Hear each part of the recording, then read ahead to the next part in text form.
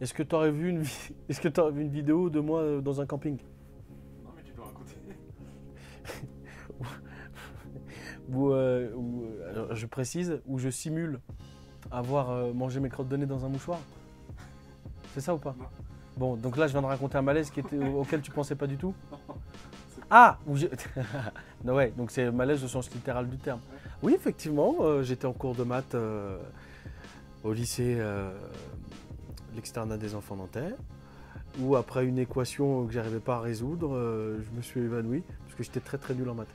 Non, c'est pas vrai, je sais pas, j'ai fait un malaise vagal en plein cours. Madame Monéger, Madame Monéger, écoute, c'est un peu, c'est un peu l'embryon de ma vie. C'est là où C'est la femme la plus importante après ta maman. c'est pas après ma maman, pas tout de suite après ma maman, après quelques femmes, ouais, c'est la femme, une des femmes les plus importantes de ma vie. Ouais.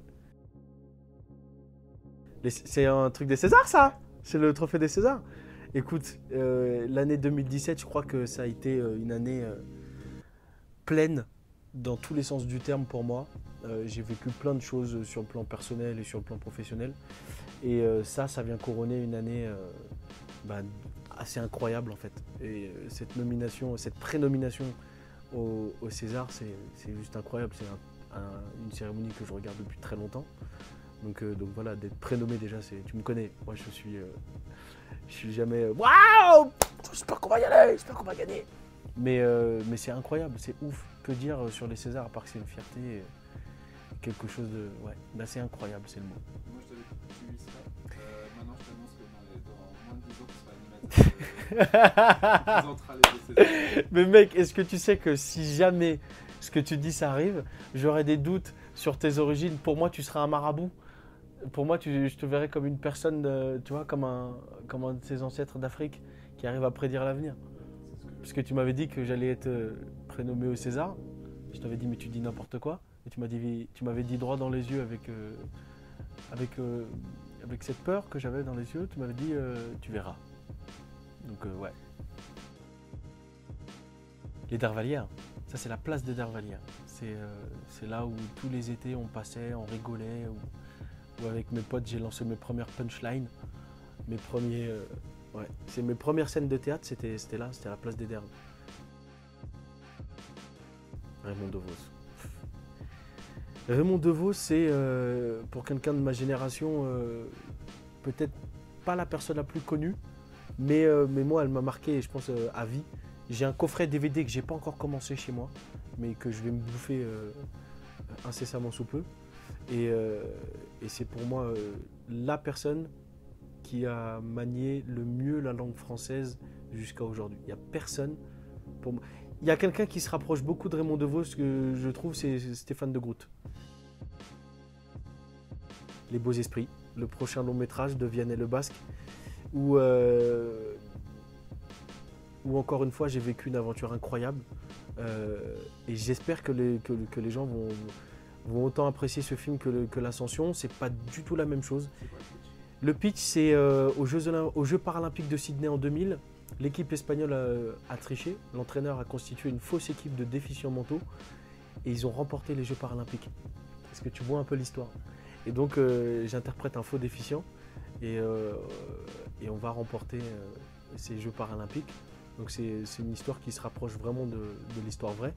Encore une fois, c'est un film d'histoire vraie, donc je me dis, est-ce que c'est pas une ligne éditoriale au niveau de mes films? Mais en tout cas, ouais, un très très beau film. La toute première vidéo que j'avais balancée sur Facebook, c'était en 2008, 2009. C'était pas The First, c'était une émission où c'était une vidéo où j'imitais Nicolas Sarkozy. Et je ne sais pas comment je me suis retrouvé à imiter Nicolas Sarkozy d'ailleurs. Sûrement j'avais dû voir Nicolas Canteloup ou Laurent Gérard à la télé. Et donc je l'ai imité.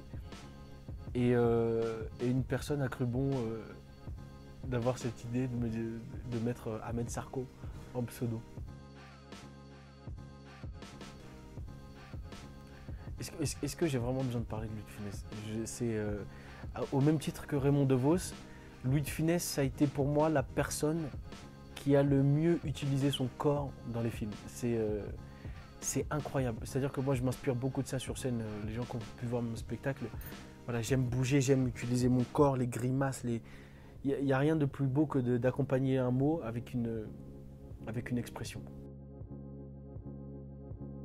T'es incroyable, toi. Alors, je ne saurais plus te dire qui m'a raconté cette anecdote, mais il y a une phrase qu'a dit Raymond Devos et qui a résonné dans ma tête. Il a dit le talent, pour les artistes, pour n'importe qui, mais le talent réside dans les choix que tu fais. Et j'ai trouvé cette phrase hyper percutante et hyper vraie en fait. Parce qu'il ne suffit pas de tout faire et d'emmagasiner plein de choses.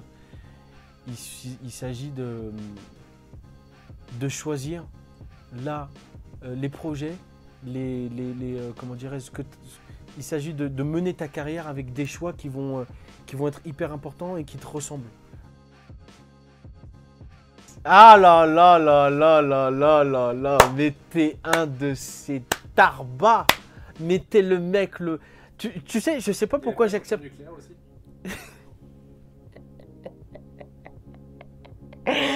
Mec, si tu passes des extraits de ces différents sketchs, écoute-moi.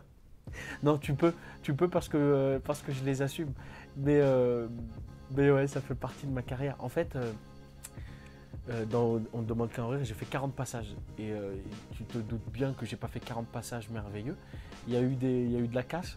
Et je me rappelle même du titre de ce sketch, qui casse un Vélib le répare. Et ça a été tu sais, quand t'es dans un tunnel, t'es dans le tunnel du rien. T'es dans le tunnel du merde, qu'est-ce que je fous là? T'es dans le tunnel du quand est-ce que ça s'arrête? T'es dans le tunnel de ben là, je serais bien. Ouais, j'aurais bien envie de mourir. Non, c'est pas ce que je porte en ce moment. Non, le string rouge, évidemment, c'est un de mes premiers cadeaux quand j'étais à l'Externat des Enfants Nantais, toujours. C'était Camille Gonzalez Bandrés qui avait organisé ça, je me souviens. Donc Camille, si tu me regardes, je te fais un bisou. Il y avait Marine Méchineau, il y avait Camille Charrier, il y avait toutes ces filles-là qui avaient organisé mon anniversaire surprise au bowling. Ouais, c'était au bowling. Et elle m'avait offert un sac Ispac rouge avec dedans un string rouge. Et j'ai eu la bonne idée de porter ce string rouge dans mon salon où dans un beau canapé se trouvait mon papa. Donc il a eu deux réactions. Il a fait... Et après la suite, je ne me rappelle plus. Je me suis réveillé 2 semaines plus tard d'un coma. Mais non, il l'a bien et mal pris. Il a dit où est-ce que tu vas mon fils? Moi j'ai pas mal pris moi. J'ai pas mal pris.